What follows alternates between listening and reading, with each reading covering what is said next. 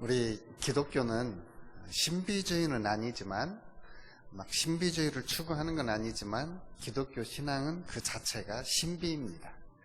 우리 성경에 많은 신비들이 있는데 그 중에 신비 가운데 하나가 예수님의 탄생이고, 그리고 그 예수님이 탄생할 때에 예수님이 이 세상에 올 수 있도록 통로가 되어주신 마리아, 그리고 예수님과의 관계, 이것도 신비입니다.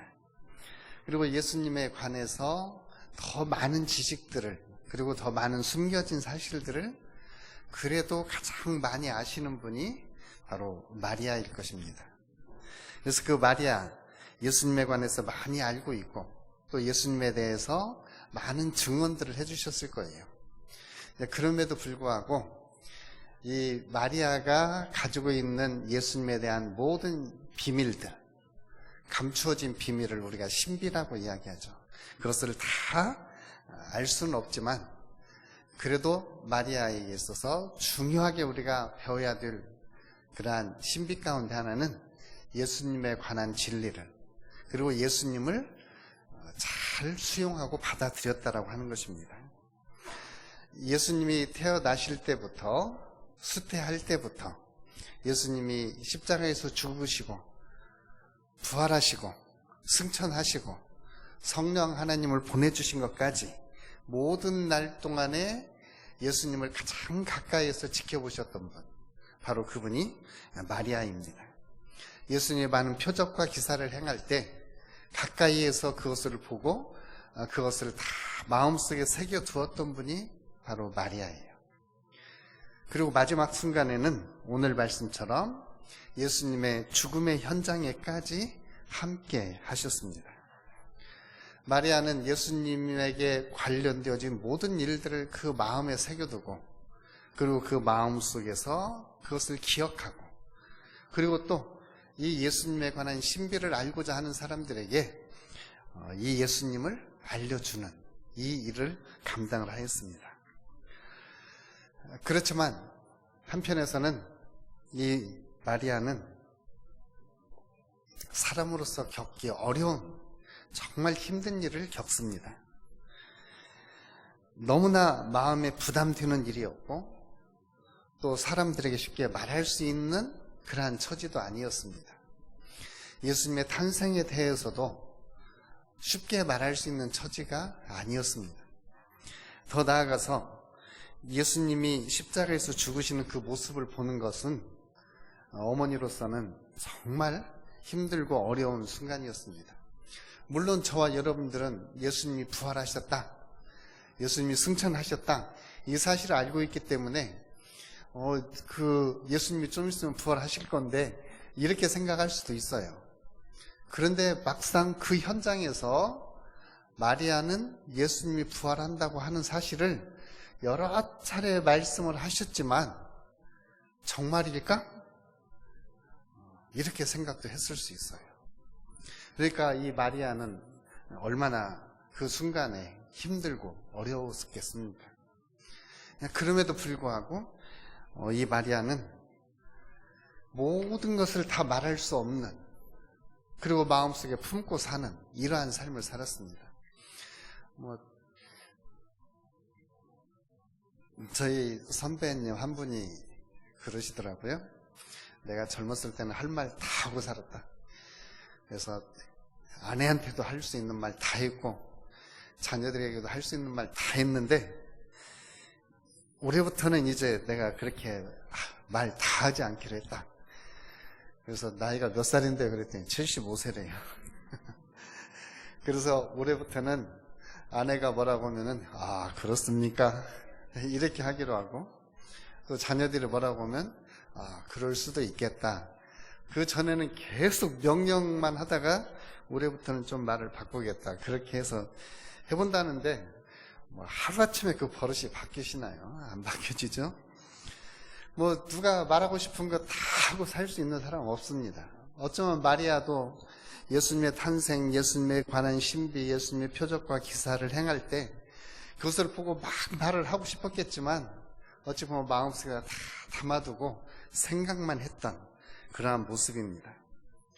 그러면서 이 마리아가 생각할 때 예수님이 하시는 일이 정말 옳은 일인지 아니면 예수님이 하시는 일이 지금 잘못되는 일인지 가늠할 수가 없는 거예요. 마리아가 생각했던 하나님의 나라, 마리아가 생각했던 다가오는 하나님의 그 왕국, 이것은 제자들이나 모든 유대인들이 함께 생각했던 그러한 하나님 나라였을 거예요.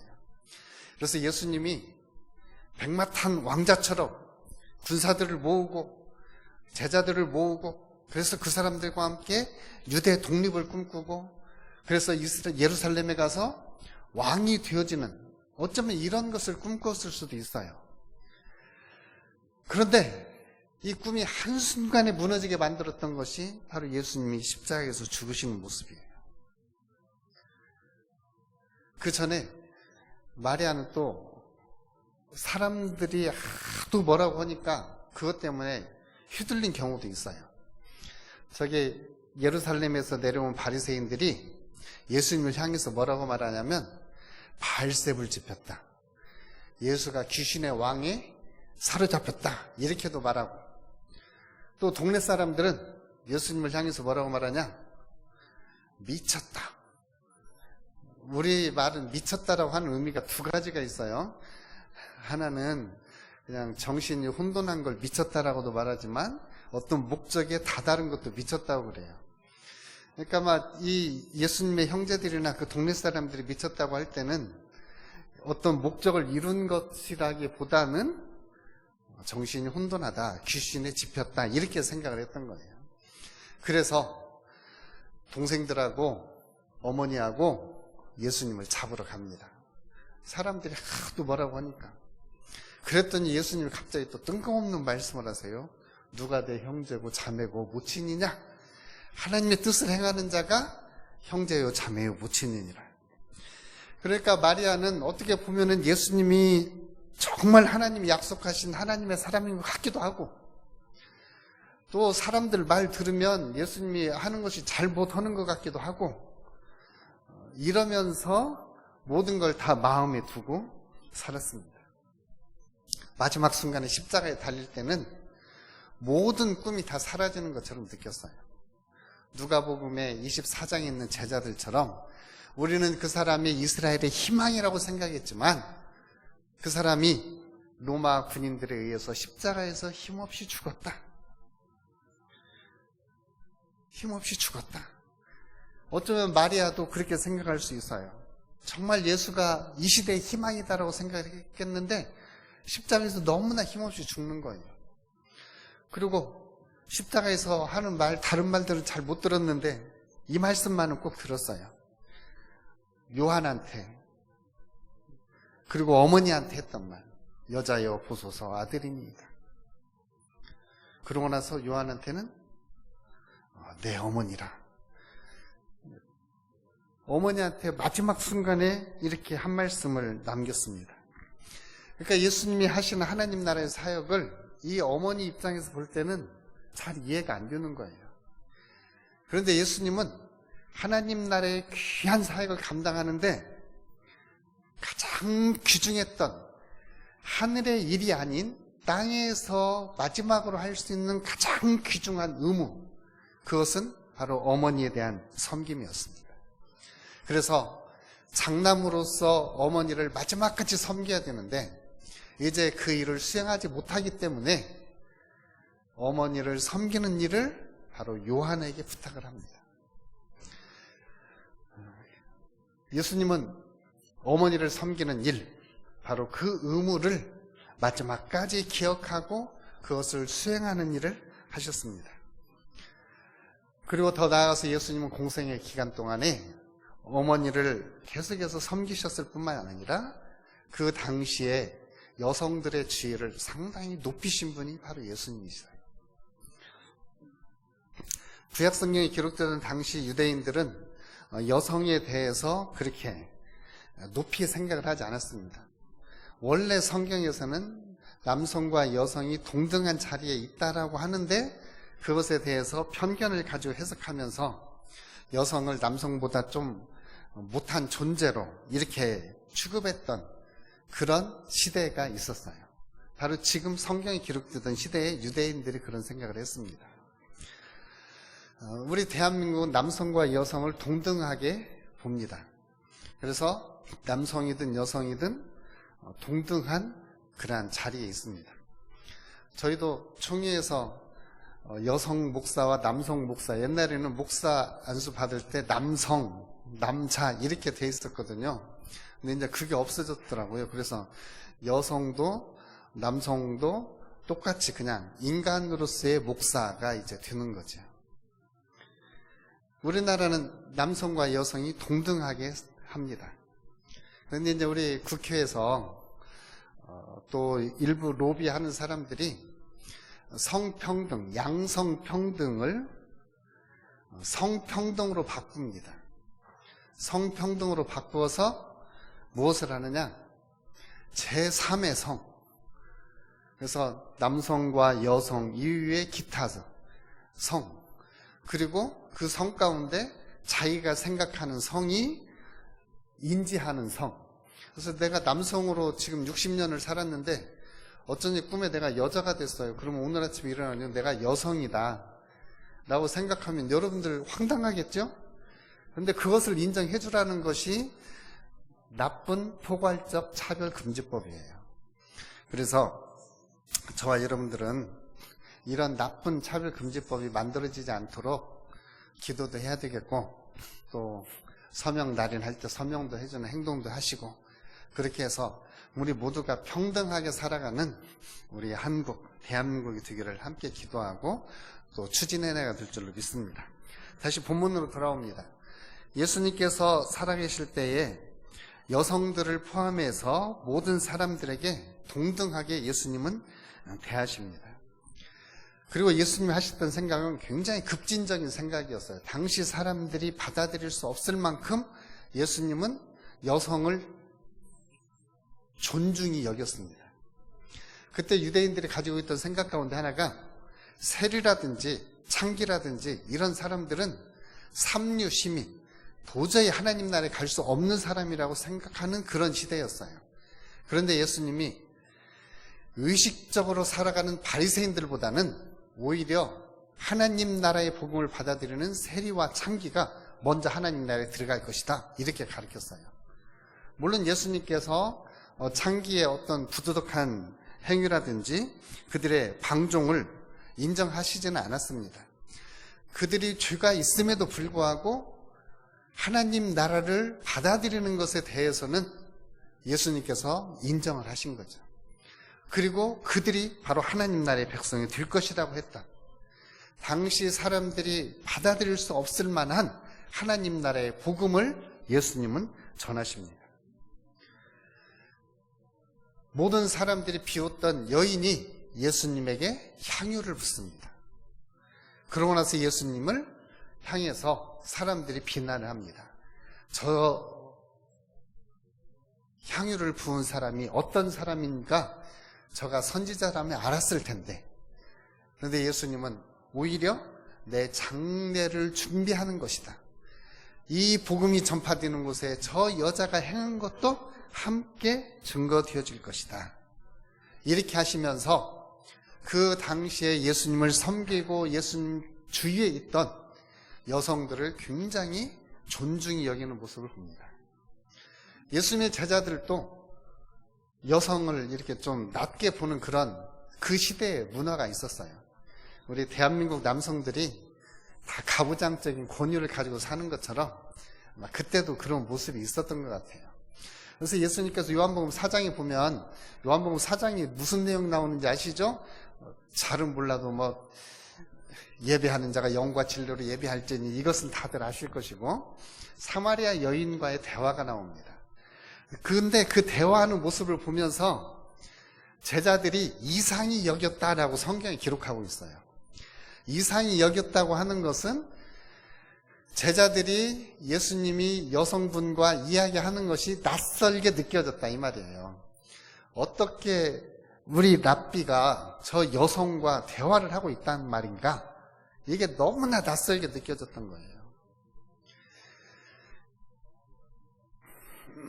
물론 제자들이 대화 내용이나 뭘 했는지는 묻지 않았지만 그 뉘앙스에서 우리가 볼 수 있는 것은 그때 사람들의 그러한 사고 체계를 넘어서서 예수님은 여성을 인격적으로 대했다라고 하는 것입니다.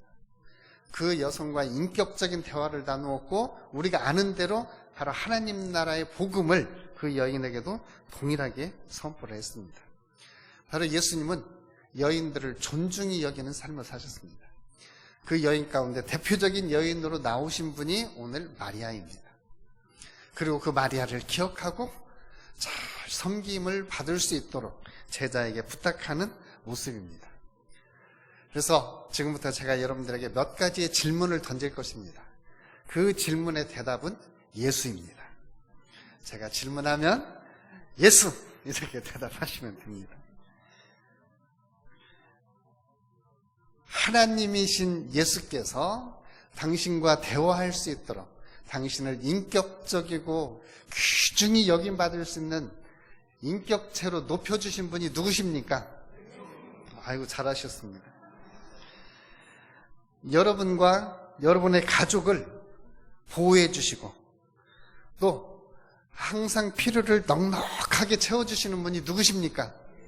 네, 예수님이십니다. 모든 사람들로부터 사랑받는 동반자로, 배우자로, 하나님의 가장 귀한 사람으로 여러분들을 변화시키신 분이 누구십니까? 네, 예수님이십니다. 오늘은 다 100점 맞을 것 같습니다. 정답은 예수님입니까? 여러분들의 근심을, 여러분들의 슬픔을, 여러분들의 그 마음의 짐을 덜어주고 자유를 주시는 분이 누구십니까? 예수님이십니다. 잘하셨습니다. 실제적으로 예수님 우리의 삶 속에서, 그리고 성경에서뿐만 아니라 우리의 실제적인 삶 속에서 우리를 높여주시고 우리의 자존감을 회복시켜주시고 그리고 저와 여러분들이 하나님의 영광을 드러내면서 살아갈 수 있도록 현실적으로 도와주시는 분이 바로 예수님이십니다.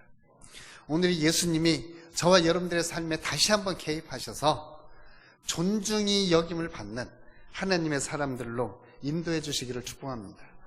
예수님은 그 존중이 여김을 받는 사람으로 바로 여성들을 높이셨어요.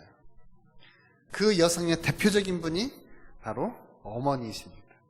그래서 예수님은 어머니를 높이셨고 그 어머니의 생계도 책임을 져야 될 것이기 때문에 제자에게 부탁을 합니다.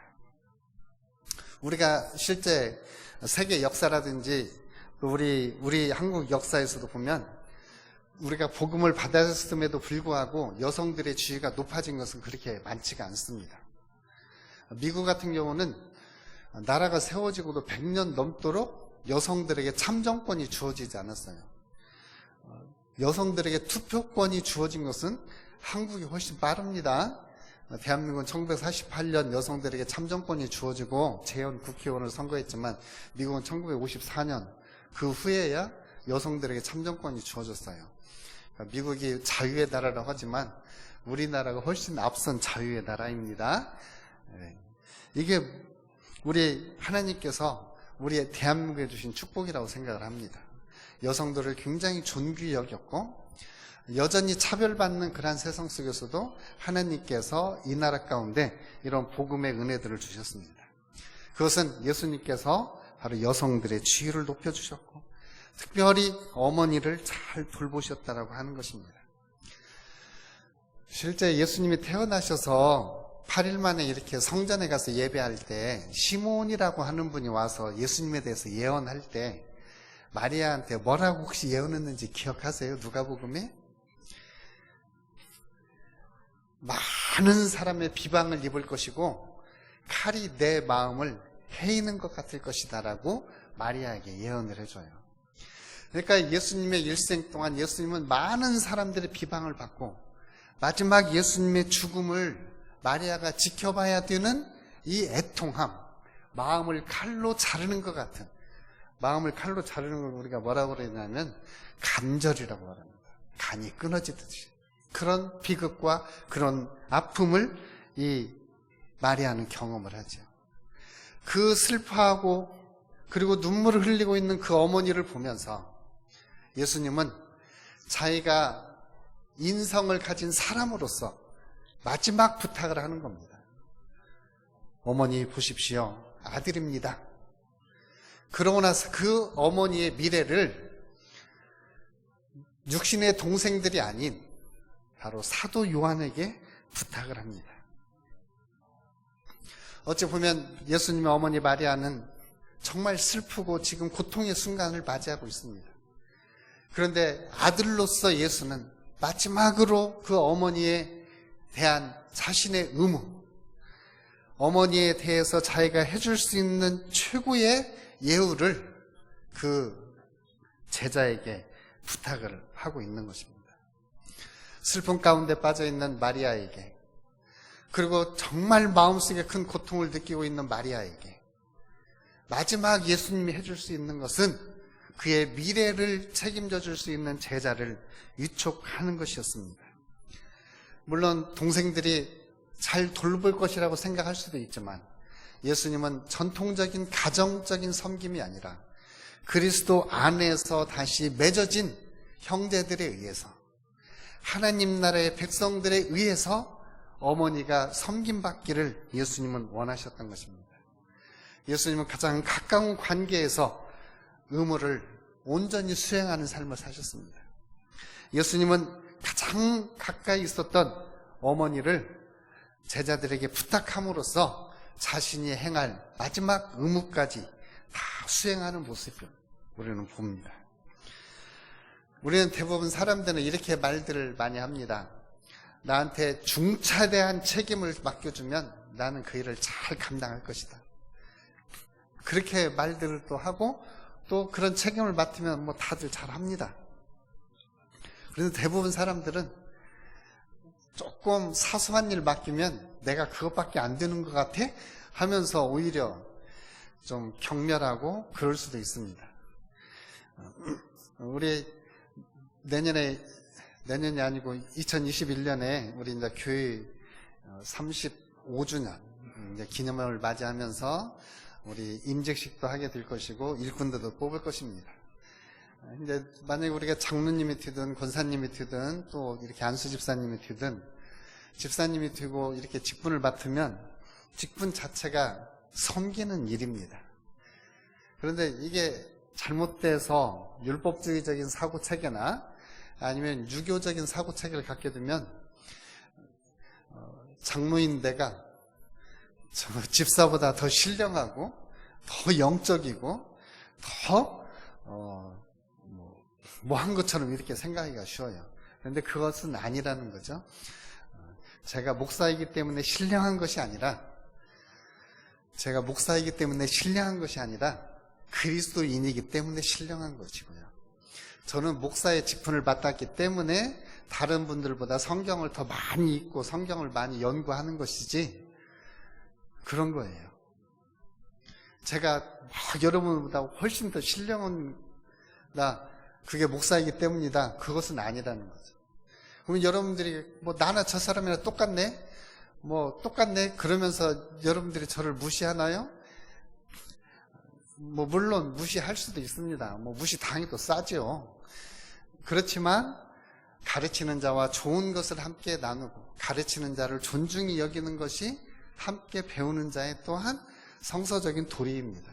그래서 여러분들은 저를 존중히 여겨주고 저도 여러분들을 또 존중히 여겨주고, 우리 마리아 권사님들이 또 이렇게 계시면은 주머니도 한 번씩 털어서 밥도 얻어먹고